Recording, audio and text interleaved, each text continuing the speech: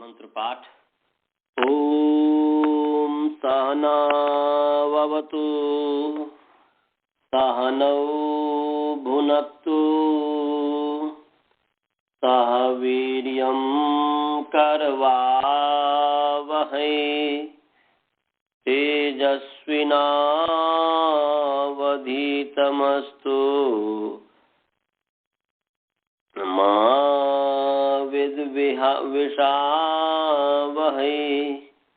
ओम शांति शांति शांति। सभी को सादर नमस्ते। आइए आप सभी का जो है प्रथम वृत्ति पाठ में स्वागत है। ईश्वर की असीम अनुकंपा से, असीम कृपा से हम द्वितीय अध्याय के तृतीय पाद का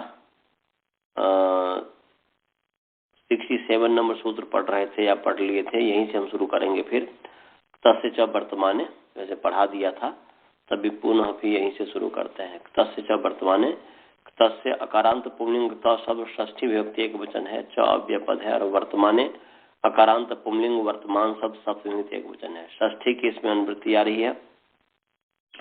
तो ये जो है वर्तमान काले विहितस्य प्रत्ययस्य, ये वर्तमान काल में विहित जो अक्ता प्रत्यय है, तो वर्तमान काल वर्तमाने विहितस्य अक्ता प्रत्ययस्य प्रत्यय है, इसलिए जो है तदंत विधि से क्ता प्रत्यांतस्य शब्दस्य प्रयोगे षष्ठी विभक्ति भवति। वर्तमान काल में विहित जो अक्ता प्रत्यांत शब्द है उसके प्रयोग में षष्ठी विभक्ति होती है। राज्याम मतो देवदत्तः, राज्याम बुद्धो यजदत्तः इत्यादि। अर्थात यहाँ पर जो है इसमें जो है कर्ता में षष्ठी विभक्ति हो गई है। कर्तृकर्मोकृति कृदंत के योग में कर्ता और कर्म में षष्ठी विभक्ति होती है। ऐसा कर्ता और कर्म में तो कर्ता है, तो उससे षष्ठी विभक्ति प्राप्त थी, कर्तृकर्मोकृति से प्राप्त थी। परंतु आगे है न लोकाव्यय निष्ठा खलर स्त्रीणाम। ये जो है न लोकाव्यय निष्ठा खलर स्त्रीणाम, ये करा कि ल उक अव्यय निष्ठा खलर स्त्री के खलर्थ के योग में खलर्थ जो है और तृण के योग में जो है षष्ठी विभक्ति नहीं होती है, षष्ठी विभक्ति नहीं होती है। तो यहाँ पर जो है ये निषेध है। निष्ठा तक निष्ठा, तो निष्ठा के योग में यहाँ षष्ठी विभक्ति का निषेध है। निष्ठा के योग में जो है यहाँ पर षष्ठी विभक्ति, निष्ठा के प्रयोग में जो है षष्ठी विभक्ति नहीं होती है, ऐसा कहा है। तो कर्तृकर्मोकृति से जो प्राप्त था उसका यहाँ पर निषेध कर दिया है। कर्तृकर्मोकृति से जो प्राप्त था उसका ये निषेध कर दिया है कि कृदंत के युग में कर्ता और कर्म में जो षष्ठी विभक्ति नहीं होती है, ऐसा कहा। तो इसमें जो है फिर उसका अपवाद, इसका जो न लोकाव्यय निष्ठा नाम से जो था, जो अक्ता प्रत्यय का ग्रहण है, इनसे जो अक्ता प्रत्यय के प्रयोग में षष्ठी विभक्ति का निषेध प्राप्त था, तो अतः इस सूत्र से तस्य वर्तमान जो है वर्तमान काल में भेद जो अक्ता प्रत्यांत है उसके योग में षष्ठी विभक्ति हो जाती है, ये विधान कर दिया है। इसमें ये विशेष है। तो राज्याम मतः, राज्याम बुद्धः, राज्याम पूजितः, ये है इसमें विशेष, और कुछ नहीं है। कल जो नहीं बता पाया था, तो ये पीछे उक्त जो प्रतिषेध है उसका पूर्व ये अपवाद है, ये समझ लीजिए। आगे है अधिकरण वाचिनश्च। अधिकरण वाचिन, वाचिन है ना, वाचिन नकारांत पुल्लिंग, अधिकरण वाचिन शब्द षष्ठी विभक्ति एक वचन है, च जो है अव्यय पद है। अधिकरण वाचिन का अर्थ है अधिकरणम वक्ति थी, अधिकरण वाची, अधिकरण को कहने वाला जो शब्द है अधिकरण वाची है। तस् अधिकरण वाचिना, तो अधिकरण को कहने वाला जो शब्द है, अधिकरण को कहने वाला, ऊपर से षष्ठी की अनुवृत्ति आ रही है, अक्तस्य वर्तमान से अक्तस्य की अनुवृत्ति आ रही है। तो अर्थ क्या हो गया, अधिकरण वाचिन प्रत्यांत से प्रयोग है, ऐसा अधिकरण वाचिनश्च प्रत्यांतस्य प्रयोगे शब्द से प्रयोगे भी षष्ठी विभक्तिर्भवति। मन अधिकरण को कहने वाला जो प्रत्यांत जो शब्द है उसके प्रयोग में भी षष्ठी विभक्ति होती है। जैसे इसमें दिया उदाहरण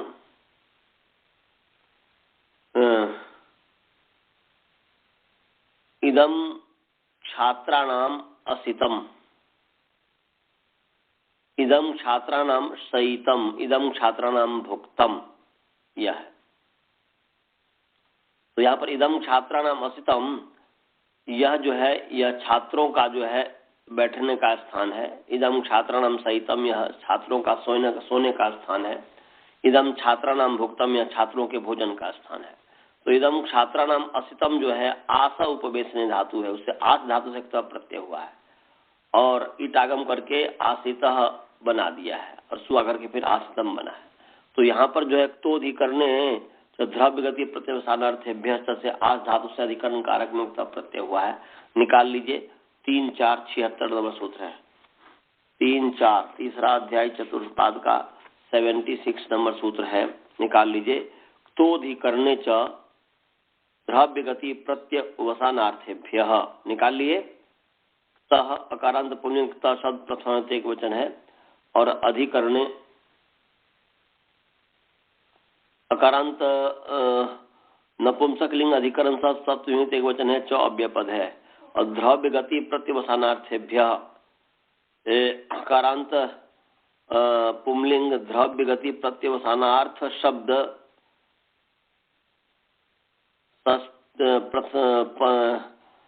क्या कहते हैं पंचमी विभक्ति बहुवचन है।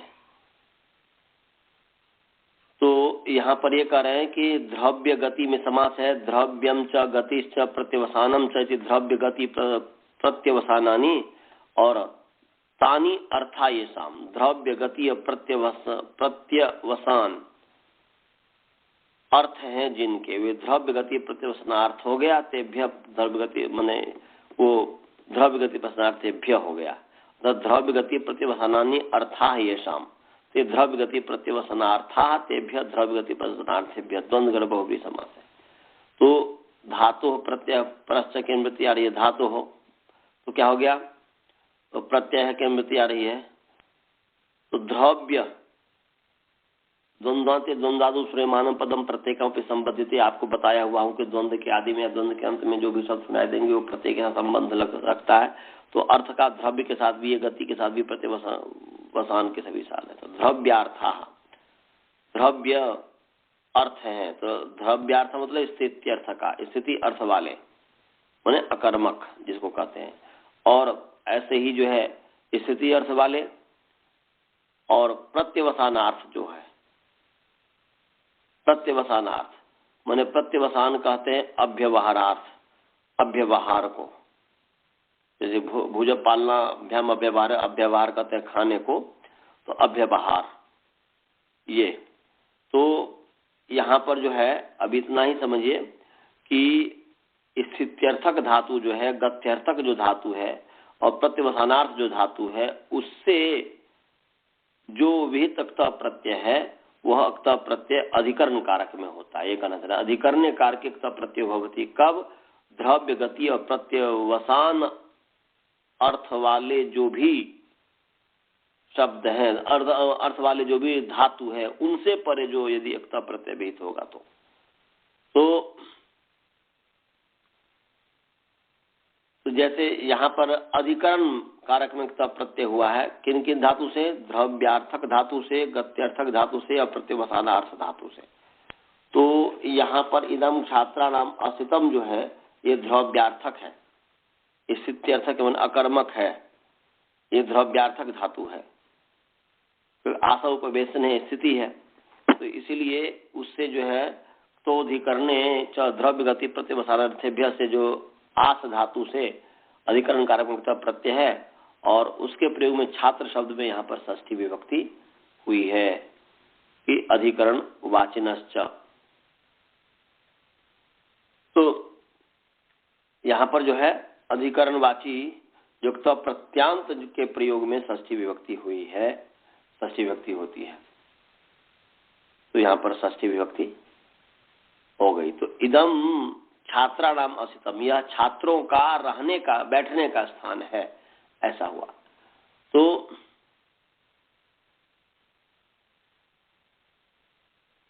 यहां पर जो है छात्रा नाम असितम में समास क्यों नहीं हुआ? षष्ठी, तो षष्ठी से समास होना चाहिए, तो अधिकरण वाचनाचर जो है इसे षष्ठी समास का निषेध हो गया है। और इसमें भी जो न लोकाव्य निष्ठा करते नाम से जो है निष्ठा का प्रत्यय का ग्रहण हो नहीं सकता, प्रत्यय के प्रयोग में षष्ठी व्यक्ति का प्रतिषेध प्राप्त था, अब प्राप्त है आगे, और इस सूत्र से इसका जो है विधान कर दिया गया, षष्ठी व्यक्ति का विधान किया गया है। अर्थात ये भी जो है आगे जो न लोकाव्य निष्ठा करते नाम जो ये सूत्र है, ये जो बताएगा उस प्रतिषेध का ये अपवाद है, पूर्व अपवाद है। तो ये हो गया, इसमें कोई विशेष शब्द नहीं है।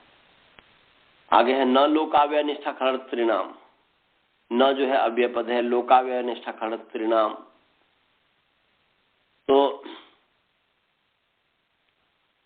त्रिनाम नकारांत पुंलिंग लोकाव्य निष्ठा खलर तृण शब्द षष्ठी विभक्ति बहुवचन है। समास है खलर्थ में खलो अर्थः इति खलर्थः, खलो अर्थः इति खलर्थः,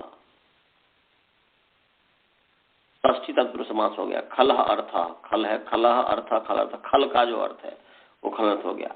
अब एक खलर्थः एव अर्थो येषाम ते खलर्था, माने या खल इव अर्थो येषाम, खलर्थ के समान अर्थ है जिनके, वे खलर्थ होते हैं। षष्ठी तत्पुरुष गर्भ बहुब्रीहि समास हुआ, यहाँ समास है। और लश्च उश्च उकश्च अव्ययम च निष्ठा च खलार्थ खलर्थाश्च त्रिंच इति न लो इति लोकाव्य निष्ठा खलत्रिणः तेषाम लोकाव्य निष्ठा खलत्रिणाम, ये इतरेतर योग द्वंद्व समास हो गया। तद बहुब्रीहि षष्ठी तत्पुरुष गर्भ बहुब्रीहि, इसलिए मैंने षष्ठी तत्पुरुष गर्भ बहुब्रीहि गर्भ इतरेतर योग द्वंद्व समास हो गया। इतरेतर योग द्वंद्व में ये गर्भ में है, इतरेतर योग द्वंद्व समास के अंदर षष्ठी की अनुमति आ रही है। और अर्थ क्या हो गया? ल उ उक माने लच्च उकश्च अव्ययम च जो है, तो ल उ उक अव्यय निष्ठा खलर्थ त्रिनाम प्रयोगे षष्ठी विभक्ति न भवति, ये अर्थ हुआ। तो अर्थात कहने का है कि ल के प्रयोग में षष्ठी विभक्ति नहीं होती है, उ के प्रयोग में षष्ठी विभक्ति नहीं होती है, उक के प्रयोग में षष्ठी विभक्ति नहीं होती है, अव्यय के प्रयोग में षष्ठी विभक्ति नहीं होती है, निष्ठा के प्रयोग में षष्ठी विभक्ति नहीं होती है।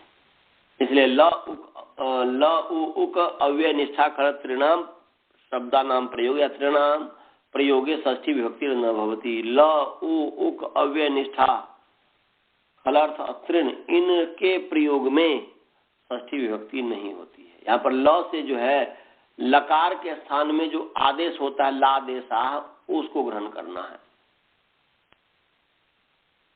तो लकार के स्थान में क्या क्या आदेश होते हैं? सत्री, लटा सत्री साधनता प्रथमा, तो सत्री और सांत आदेश होते हैं। क्वसुश्च मने कानच, क्वसु किकिन किकिन किकिनौ मने कानच क्वसु और किकिन, ये सब जो है लकार के स्थान में होता है।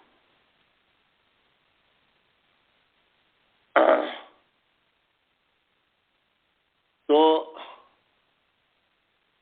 लकार के स्थान में आदेश होते हैं सत्री सानच कानच क्वसु किकिनो माने किकिन, ये सब जो है आदेश होते हैं। तो ल से तो लादेशा ग्रहण करना है, माने ये सत्री सानच कानच क्वसु किकिन को ग्रहण करना है। तो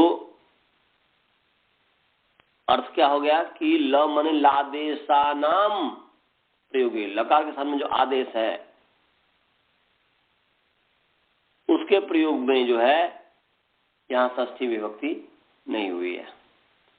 तो उदाहरण एक एक से पता चल जाएगा आपको कि जैसे ल का है, ल का मतलब लकार के स्थान में जो सत्री स्थान है, तो सत्री बने ओदनम पचन, ऐसा ओदनम पचन आस्थान जो है ओदनम पचमान, कानच का ओदनम पेचान, क्वसु का है ओदनम पेचिवान, उदनम पेचीवान, और की का है पपी सोमम, और किन का है द दीर्घाह, द दीर्घाह। तो अब एक एक का पहले जो है ल का समझ लें। तो ल से ल जो है ल से लकार के स्थान पर जो आदेश विधान किया है उनका ग्रहण किया जाता है। ल से जो है लकार के स्थान में जो कुछ भी आदेश विधान किया जाएगा, सत्री सानज कानज कोचो की और किन, उसका विधान किया गया, उसका उदाहरण यहाँ पर मिलेगा। जैसे सत्री का जो है ओदनम पचन, भात को पकाता हुआ। कानत क्या ओदनम पचमाना, भात को पकाता हुआ। कानत स ओदनम, कानत का स ओदनम पेचमाना, तो उसने भोजन पकाया, उसने भात पकाया। ऐसे क्वसु का जो है स ओदनम पेचीवान, उसने भात पकाया। की का जब पपी सोमम, सोम का पान करने वाला, पपी ही सोमम, सोम का पान करने वाला। किन ददीर्घाह, कौ का दान करने वाला। और जो ऊ का जो है कटम चिकीर्षु, चटाई बनाने का इच्छुक। ओदनम बुभुक्षु, भोजन को खाने का इच्छुक, भात को खाने का इच्छुक। और ऐसे उ का जो है वाराणसीम आगंतुकः, वाराणसीम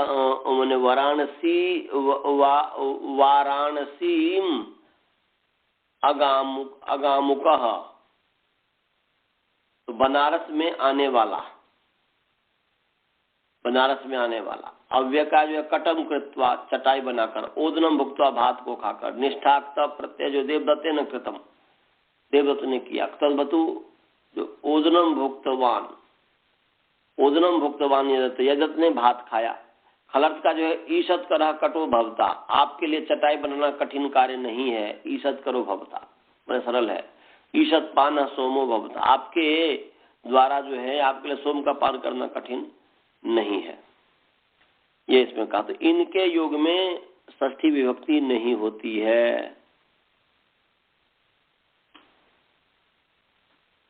तो यहाँ एक और चीज समझना है कि जो तृण जो है, तृण एक प्रत्याहार का ग्रहण किया गया है। यहाँ पर तृण माने तृण प्रत्यय नहीं, तृण प्रत्याहार का ग्रहण किया गया है। और तृण प्रत्याहार क्या है? तृण प्रत्याहार है लटा सत्री सानता प्रथम समानाधिकरणी, जो सत्री के जो त्रि है, सत्री का जो त्रि है, यहां से लेकर के तृण जो प्रत्यय है उसके नकार तक का ग्रहण किया। यहाँ पर तृण जो है प्रत्याहार है, इस चीज को समझना है। तृण प्रत्यय नहीं है, प्रत्याहार है। और उस प्रत्याहार के अंतर्गत क्या क्या प्रत्यय आ जाते हैं उसको समझना होता है। तो तृण हमारे लटा सत्री सानता प्रथमा में जो सत्री का जो त्रि है, वहां से लेकर के तृण जो 3-2-25 नंबर सूत्र है, तीसरा अध्याय दूसरा पद का 25 नंबर सूत्र है, वहां तक जो है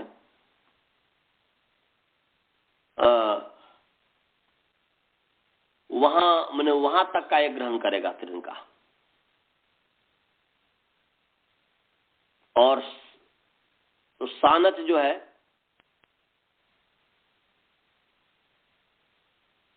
तो क्या अर्थ हुआ इसका मतलब जी? सानच माने त्रि का तो क्या सानच, तृण का मतलब हुआ सानच प्रत्यय। सत्री और तृण, सत्री और तृण, इन तृण प्रत्यय भी उसके अंतर्गत आ गया, सानच प्रत्यय भी उसके अंतर्गत आ गया।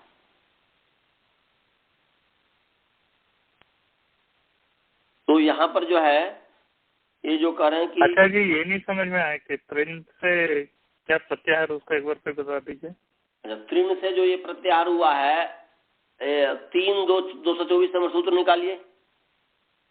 3-2-224 नंबर सूत्र निकालिए। 124-224 लटा सत्री सानत कहाँ का है? 124 3-2-124 3-2, हाँ 3-2-124। मतलब 3-2-124 नंबर निकालिए। ये निकाल लिया, निकाल लिया। तो यहाँ पर 3-2-124 में लटा सत्री सानता प्रथम समानादि करने हैं जी अजी जी है। तो इसमें से लट सत्री में त्रि है, है। त्रि है। और आगे जो तृण सूत्र है, तृण तृण जो सूत्र है, तृण सूत्र कितने नंबर सूत्र है? 135। 135 नंबर सूत्र है यहाँ पर। तो आपने आदि अंत्यन संहिता पढ़ा है ना? आदि अंत्यन संहिता क्या कहता है कि आदि और अंत माने आदि वर्ण अंतिमित वर्ण के साथ मिलकर के प्रत्याहार बनाता है। अंत्यन संहिता आदि मध्यगानाम स्वच्छ संज्ञा से। तो अंतिम हो गया तृण का 9 जो 3 2 135 नंबर सूत्र है, और आदि हो गया त्रि, सत्री का त्रि। तो त्रि और 9 के बीच में क्या, तृण के बीच में क्या क्या प्रत्यय आ गया? सानच आ गया जी। और लगता सत्री सानच, तो आ गया, शानन आ गया। एक तो सानच आ गया, दूसरा आ गया, सानच भी आ गया ना जी, आ गया। माने सत्री के और मैंने सानच आ गया, और इसके पश्चात जो है फिर क्या क्या आया, कानच भी आ गया है। तो त्रि से छत्री पूरा आ जाएगा कि जी? छत्री में से छत्री नहीं आएगा ना? छत्री नहीं आएगा, छत्री कैसे आएगा? त्रि से तो शानच से शुरू हुआ। हाँ, शानच से शुरू हुआ ना जी। ठीक है। मैंने कहने का अभिप्राय कि त्रि और 9 के बीच में जितने भी प्रत्यय हैं वो सब ग्रहण हो जाएगा। समझ गए? तो इसमें शानच, चानस, अजय, और शानच भी है। यहाँ से देखिए सानच प्रत्यय हो गया, उसके आगे फिर क्या संबंध लक्षण से सौ सत,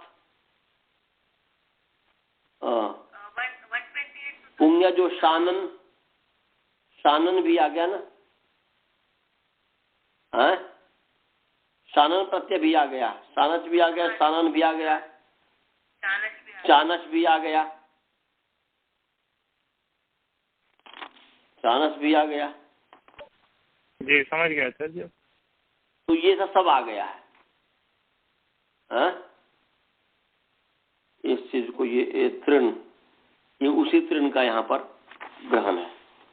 आप यदि इसमें जो देखेंगे ना, इसमें दिया है लटा सत्री सानच से लट के स्थान पर सत्री सानच,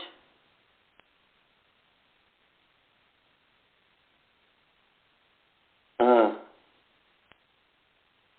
तो ये तो लौ से हो गया। अब तृण की बात मैं कर रहा हूं, तो यहाँ पर देखिए तृण से प्रत्याहार का ग्रहण है, ऐसा प्रथमावृत्ति में लिखा हुआ देख रही। तृण से प्रत्याहार का ग्रहण है लटा सत्री सानच से, त्रि से लेकर के तृण के नकार पर्यंत। अर्थात तृण कहने से उसके अंतर्गत जो शानन, चानस, क्षत्री भी उसके बीच में आ जाता है ना। हाँ जी, आदि भी है ना, तो आदि। हाँ जी,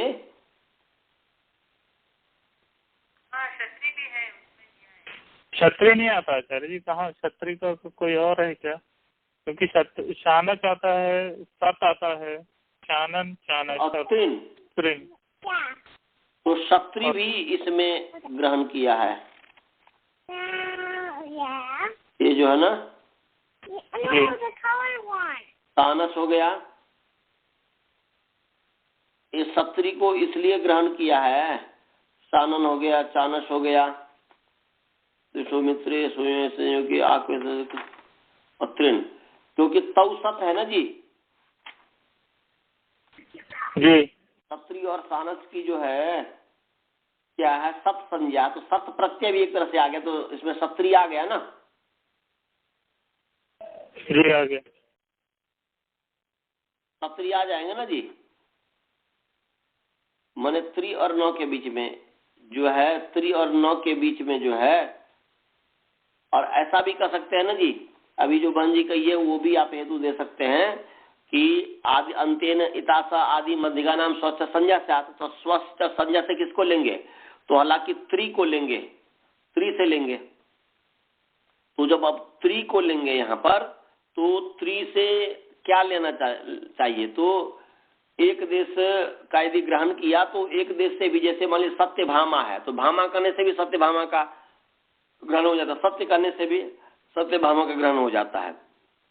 तो ऐसे ही स्त्री कहने से सत्री का ग्रहण हो गया, तो सत्री भी कह सकते हैं एक तो ये। और यदि ऐसा नहीं है, ऐसा यदि नहीं करेंगे तो तौ सत से तौ की जो है सत्य सांस की सत संज्ञा है ही, तो सत जो है वो तो इसका मतलब है कि वो सत का भी ग्रहण, मतलब त्रि और न के बीच में जितने भी प्रत्यय हो गए तो अतः सत प्रत्यय भी हो गए, तो उसमें भी सत्री लिया जा सकता है, या सीधे सत्री से यहाँ पर त्रि से ही सत्री को ले लिया जाएगा।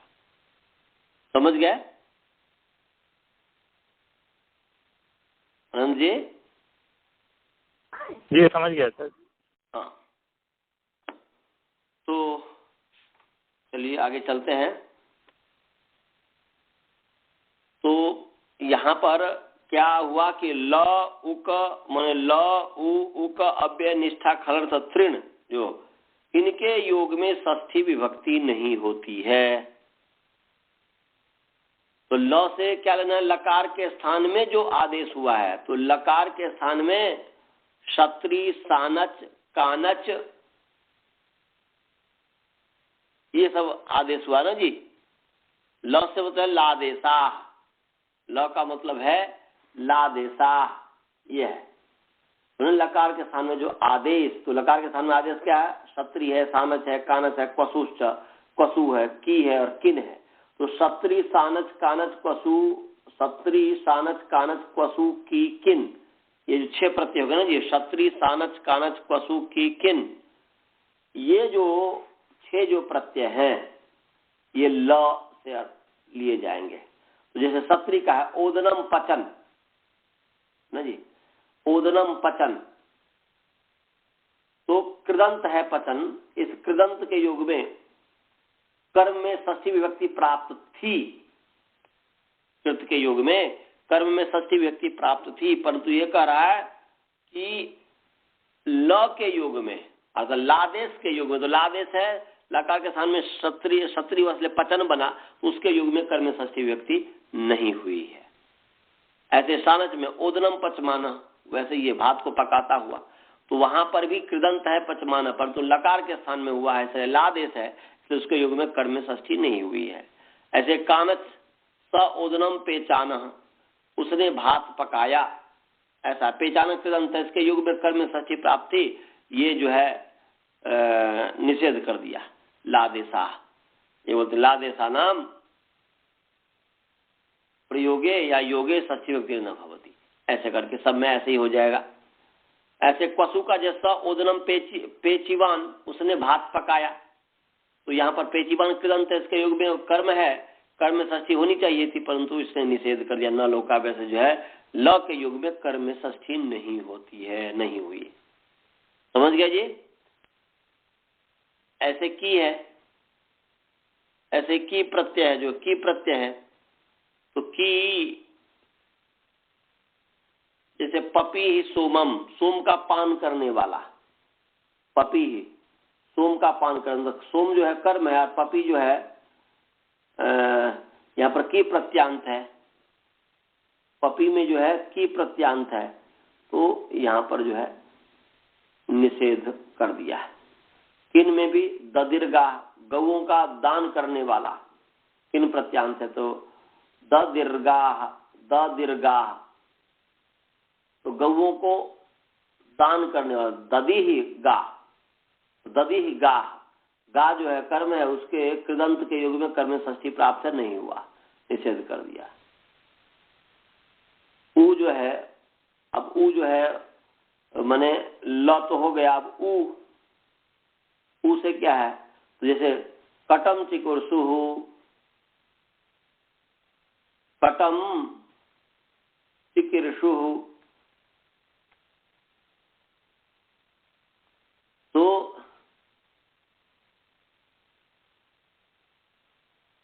जैसे कटम ददी और पपी की जो यहाँ पर हम उस पर ध्यान नहीं दे रहे हैं सिद्धि पर, जैसे पेचाना पेचिबान पपी पापानी जो है उसे आदरी का मनोजन की और किन प्रत्यय हो गया लिट लकार, तो वो जो है और लिट प्रत्यय होते हैं, तो वहां पर मैंने पपी जो है ये कृदंत है, की प्रत्यांत है। दधी ही जो है दूधानु से जो है किन प्रत्यांत है, इसलिए दधी ही बन गया है।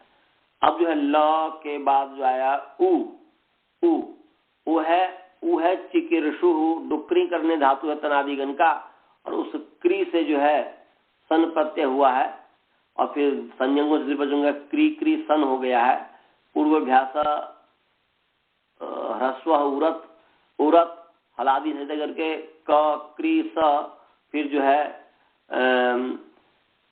कुहोश्चु से क को च हो गया है, और फिर संयत से इकार हो गया है, तो ची कीस इर इत्यादि होकर के चिकीर्ष ऐसा है। चिकीर्ष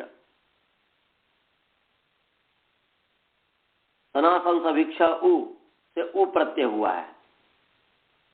सनासन सभिक्षा सनंत जो है तो उसे जो है उ प्रत्यय हुआ, तो चिकीर्षु, तो चिकीर्ष से जो है सनंत जो है उसे उ प्रत्यय हुआ, तो उसी को यहाँ पर करें कि उ प्रत्यय के योग में उ प्रत्यय जो है उ प्रत्यांत जो है उसके योग में जो है षष्ठी विभक्ति नहीं होती।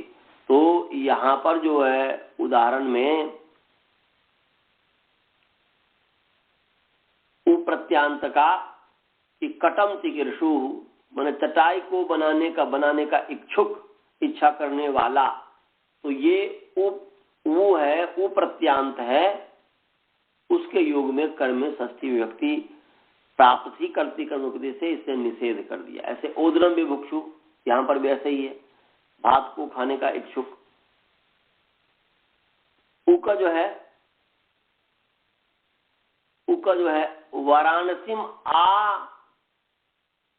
माने वाराणसी आगाम उकह, ये तो उक के योग में यहाँ पर जो है वाराणसी बनारस में आने वाला, बनारसी वाराणसी आगाम उकह, तो आगाम उकह, तो यहाँ पर आगाम उकह कैसे इसकी सिद्धि हुई, इसको इस रूप में समझेंगे। गमलृ का तो धातु है और आंग उपसर्ग है, गम धातु है, और यहाँ पर जो है लप पत पदस्था भू वृष हन कम गम श्रीभ्यो उकई, ये 3-2 154 नंबर सूत्र है, माने उससे उकई हो जाएगा, आगे पढ़ेंगे इसको। तो इससे उकई प्रत्यय हुआ है, इससे जो है उकई प्रत्यय हुआ है, क्योंकि गम है ना, गम धातु, तो इससे उकई हुआ है, उकई का उक हुआ है, तो आ गम उक, और उकई का फिर होने से क्या बोलते हैं कि उपधा को वृद्धि हो गई, इसलिए आगामुकह बन गया है। तो आगामुकह माने आने वाला, ऐसा अर्थ हो गया आगामुकह। समझ गया जी? अनंत जी समझ में आया? जी। बालबोध जी आपको समझ में आया जी?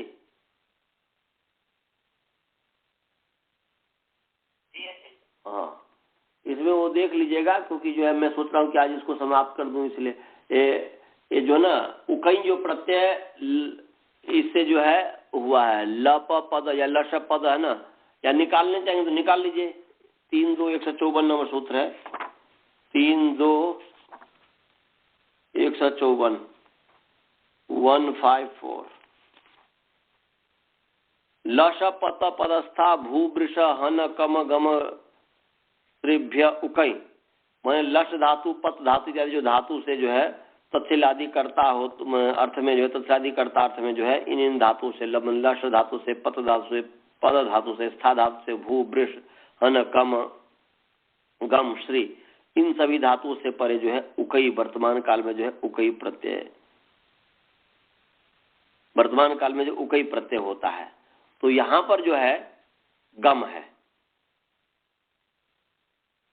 यहाँ पर जो है गम धातु से उकई हो गया है, और उकवा तो आगम उकह बन गया।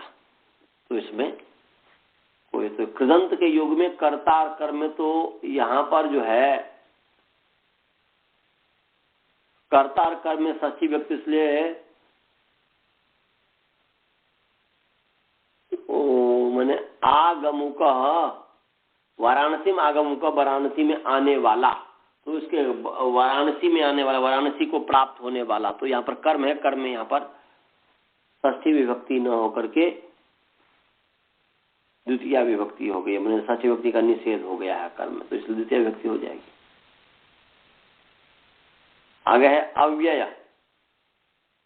अव्यय का उदाहरण, तो अव्यय के उदाहरण में क्या हो जाएगा? अव्यय का जैसे ओदनम भुक्त्वा, भात को खा करके, भूज धातु से क्त्वा प्रत्यय हुआ है, क्त्वा प्रत्यय हुआ है, तो भोजनम भुक्त्वा, तो डुक्रे भुक्त्वा, जैसे कृत्वा भुक्त्वा इत्यादि बनता है, तो भुज धातु है, उसे क्त्वा प्रत्यय हुआ है,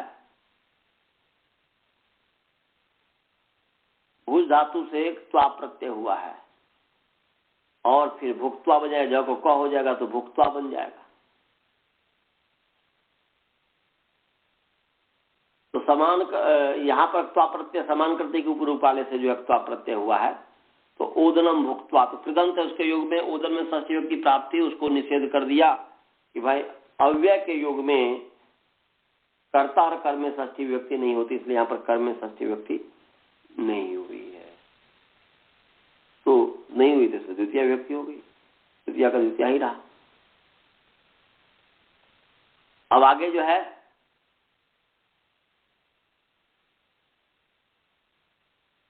तो आगमु, इसमें आगमुकम वाराणसीम रक्षा इत्यादि हो जाएगा, आने वाला, वाराणसी को प्राप्त होने वाले को रक्षा करो, आओ ऐसा कहते इत्यादि। अव्यय हो गया। कटम कृत्वा ओदनम भुक्त्वा, निष्ठा जो है, अब निष्ठा का उदाहरण,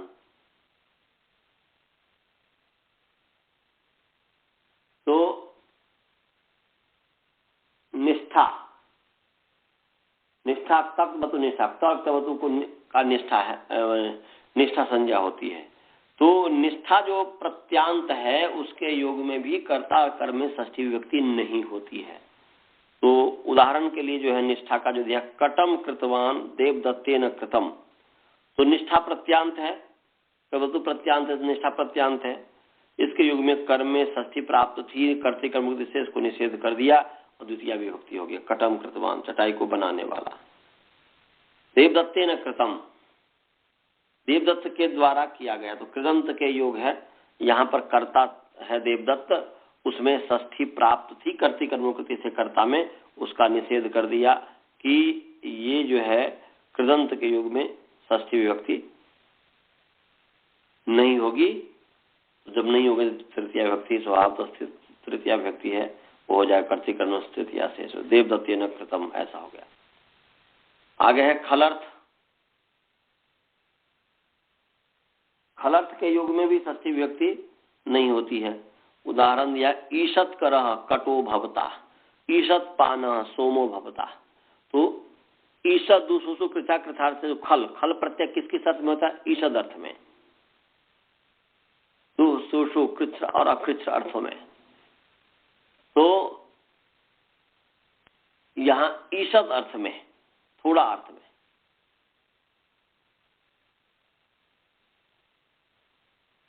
तो यहाँ पर ईशद जो है उपद रहते डुक्री धातु है, उससे खल प्रत्यय हुआ है इस सूत्र से, ईशद सुसु कृता के छार्थे सुखल से, तो खल, तो ईशत क्री, खल का जो है ख इत्यादि लोप होकर जो अ बचेगा और फिर गुण कर देंगे तो कर बन जाएगा, तो ईशत कर, सुआ करके विसर्ग करके ईशत, मैंने ईशत कर जो है खल प्रत्यय, तो ईशत कर हुआ, ईशत कर सुआ करके ईशत कर बन गया। तो यहाँ पर जो है ईशत कर का मतलब है कठिनता से, ईशत कर मतलब हो जाएगा ईशत कृच्छ और अकृच्छ दोनों अर्थ में होता है, कठिन अर्थ में और सरल अर्थ में। कृच्छ माने कठिन, अकृच्छ माने सरल। तो यहाँ पर जो ईशत करह, तो ईशत करह का क्या अर्थ हो गया जी? ईशत करह का अर्थ जो हुआ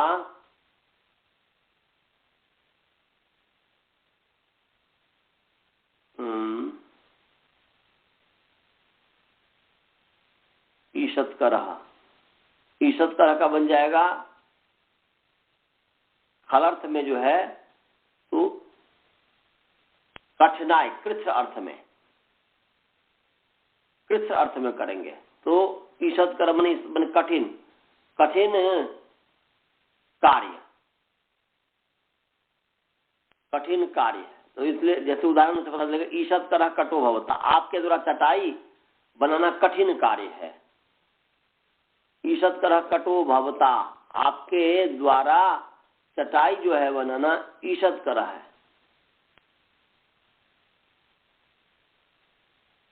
तो ईशत पाना सोमो भवता, तो यहां पर जो है कृदंत जो है उसके योग में जो है कर्ता जो है उसमें कर्म जो है, कृदंत के कर्ता कर्म में षष्ठी होती है तो वह कर्म में षष्ठी, तो यहाँ पर कटह में जो है षष्ठी प्राप्त थी।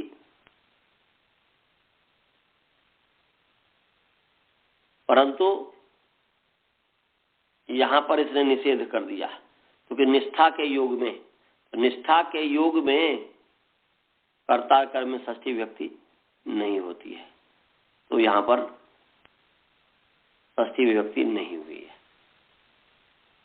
और फिर जो है पैसिव वॉइस होने से यहां पर कर्म में प्रथमा विभक्ति होते। ईशत करह कटो भवता, आपके द्वारा चटाई बनाना कठिन कार्य, अलर्थ हो गया, कठिन कार्य है। कृच्छ अकृच्छ, अकृच्छ तो सरल है, ये भी अर्थ हो जाएगा, सरल है। आपके द्वारा चटाई बनाना कोई कठिन कार्य नहीं है, सरल है।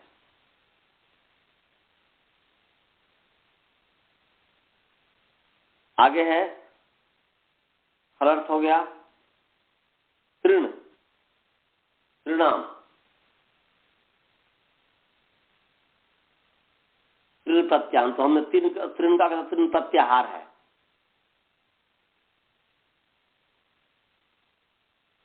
तो यहां पर भी वैसे उदाहरण हो जाएगा कि वही पचन, पचन जो है कि सोमम पवमान इत्यादि, ये जो है तृण से जो है वो जितने भी प्रत्यय है वो सब के आधार पर हो जाएगी, ओदनम पचन इत्यादि सब हो जाएगा।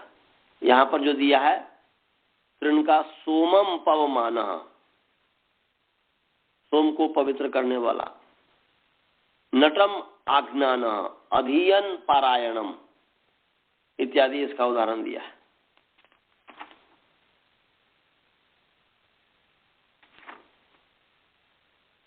तो तृण के योग है, इसमें एक कृदंत है तो इसके योग में कर्तृकर्मकृति से षष्ठी प्राप्त थी, इसको इसने निषेध कर दिया, इसको यहां पर निषेध कर दिया। तो जब निषेध कर दिया तो फिर जो उसका स्वतः जो प्राप्त है वो प्राप्त हो जाएगा कि पैसिव वॉइस में इसलिए कर्म में प्रथमा व्यक्ति हो जाएगी।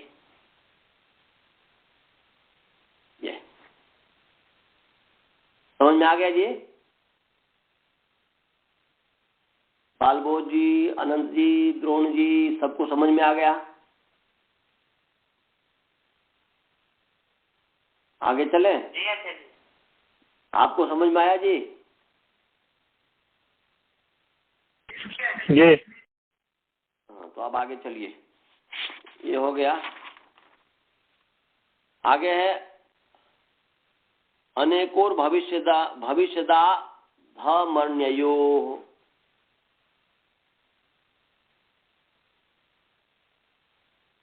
तो अनेको अनेकों ने अकेनोर भविष्यदा धमर्ण्यो, ऐसा अकेनोर भविष्यदा धमर्ण्यो, तो अकेनो नकारांत पुल्लिंग अकेनो अकेन शब्द षष्ठी व्यक्ति द्विवचन है। और भविष्यत धर्मण्यो धर्मण्यो तो धर्मन शब्द है या धर्मण्य शब्द है। धर्मण्यो ययो धर्मण्य शब्द है। अकारांत पुल्लिंग धर्मण्य शब्द, भविष्य धर्मण्य शब्द, भविष्यदा धर्मण्य शब्द, सप्तमी व्यक्ति द्विवचन है। समास जो है अकश्च इंच इति अकेनौ समास। अकश्च इंच इति यतौ अकेनौ तयो अकेनो इतरेतर योग दोनों समास हो गया।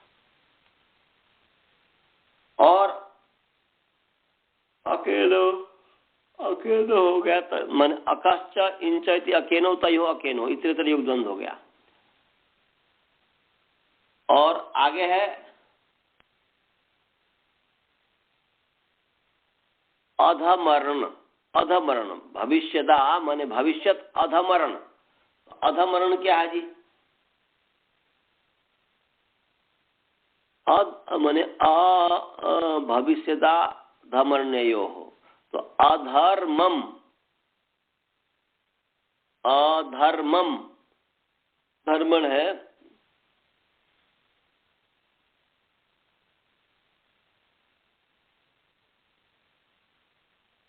अधर्मम ऋणम यस्य ऐसा। यहां पर जो है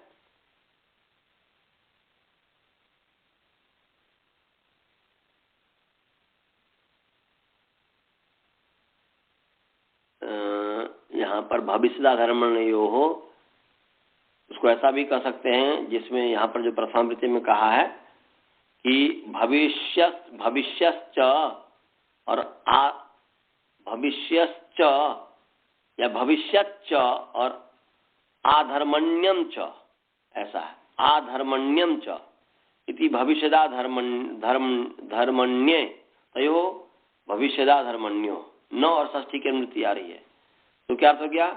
भविष्यति विहितस्य अकारांतस्य इन प्रत्यांतस्य माने अकारांत से अक जो प्रत्यांत अक प्रत्यांत और इन प्रत्यांत प्रयोगे षष्ठी व्यक्ति न भवति। भविष्यति और आधर्मण्य च माने भविष्यत काल अर्थ में, भविष्यत अर्थ में और आधर्मण्य अर्थ में विहित जो अक प्रत्यांत और इन प्रत्यांत जो शब्द है उसके युग में षष्ठी व्यक्ति नहीं हुई। इसलिए कटम कारको ब्रजति उदाहरण दिया। कटम कारको ब्रजति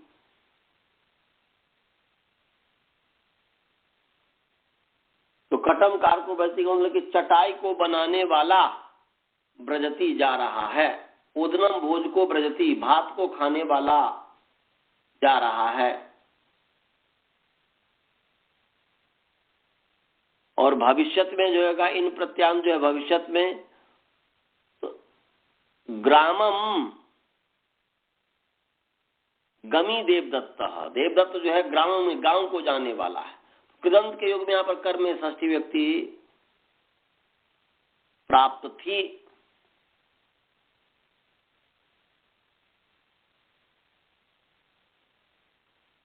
तो यहाँ पर जो है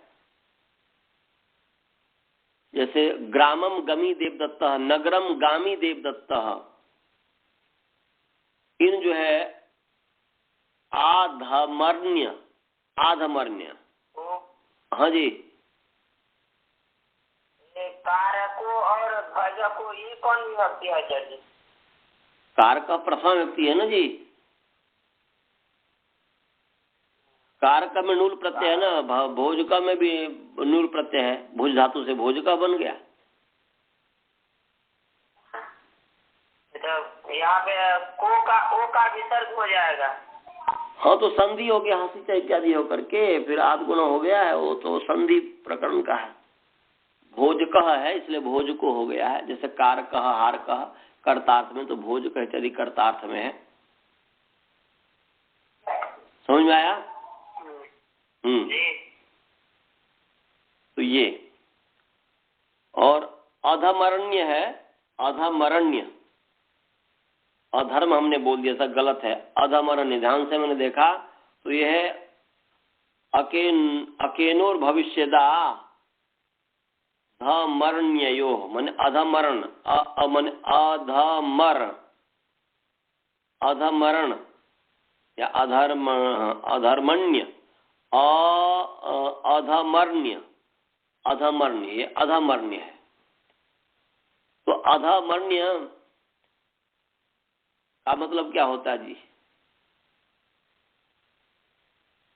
एक होता अधमरण, अधमरण मतलब एक जो अधमरण होता है ना, जो कि हाँ जी, अधमर्ण है, अधमर्ण्य है कि आधमर्ण्य है? आधमर्ण्य हो जाएगा, आधमर्ण्य, भविष्य च और आधमर्ण्य च आंग उपसर्ग है, अधमर्ण्य आधमर्ण्य हो जाएगा। भविष्य च और आधमर्ण्य च इति भविष्यदा धमर्ण्ये तयो भविष्यदा धमर्ण्यो इतर योग द्वंद्व हो गया। न और षष्ठी कर्म तैयारी हो गया। भविष्यति आधमर्ण्ये च विहितस्य अकारांतस्य, माने अक जो है अकारांतस्य इन प्रत्यांतस्य च प्रयोगे षष्ठी विभक्ति न भवति। ये बोल रहे भविष्यत काल में आधमर्ण्य में विहित, भविष्यत काल में और आधमर्ण्य में विहित जो अकारांत जो इन प्रत्यांत है,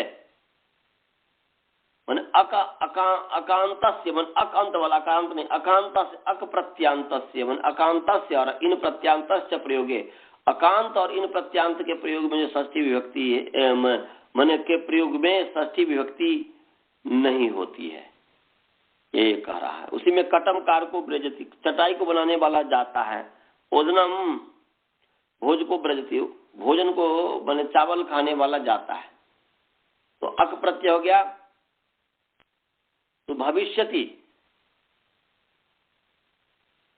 तो अक प्रत्यय जो है भविष्य माने भविष्यत काल में ही विहित है, अधमर्ण्य में विहित नहीं है।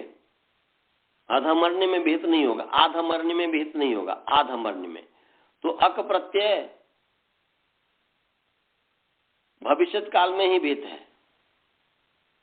क्यों? क्योंकि उसका उदाहरण संभव नहीं है, इसलिए करें अक प्रत्ययस्तु भविष्यते भविष्यत्येव भविष्यति एव विहित, न तो आधमर्ण्य, ऐसा करें। क्या ये जो अक प्रत्यय जो है,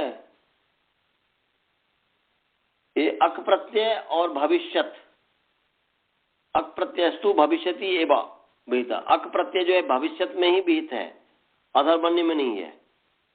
जैसे ग्रामम गमी, ग्रामम गामी, आधमर्ण्य में जो शतम दाई, सहस्रम दाई, 100 को देने वाला, 1000 को देने वाला, ये इतने ही रहने दीजिए। अब जो है बुद्धि काम नहीं कर रही, नींद आ रही है। सो आधमर्ण्य का क्या अर्थ है? आधमर्ण्य, आधमर्ण्य का अर्थ होता है कि जो ऋण जो है चुकाने वाला होता है ना। जैसे मान लीजिए कि मैं आपसे पैसा लिया तो मैं अधमर्ण्य हो गया ना जी, तो मैं चुकाने वाला, जो हाँ कर्जदार जो है जो चुकाने वाला है, शतम दाई, ये आधमर्ण्य है। अधमर्ण्य कहा जाता है, मेरे मुख से पता नहीं क्यों, पर आधमर्ण्य है। आधमर्ण्य जो है शतम दाई, सहस्रम दाई, 100 रुपया देने वाला है, 100 रुपया का कर्जा चुकाने वाला है। सहस्रम दाई 100 वर्ष देने, 100 रुपया देने वाला, 100 रुपया का कर्जा चुकाने वाला है, ऐसा अर्थ हुआ। समझ में आया?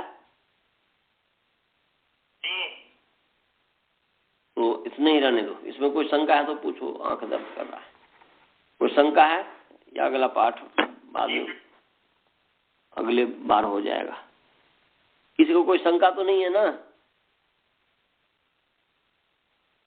अनंत जी एक बार पढ़ना पड़ता है। हाँ, एक बार पढ़िएगा और इसका फिर जो है मैं अगले सप्ताह और अच्छे से बता दूंगा। मंत्र पाठ करता हूँ। ओम पूर्णमदः पूर्णमिदं पूर्णात् पूर्णमुदच्यते पूर्णस्य पूर्णमादाय पूर्णमेवावशिष्यते। ओम शांति शांति।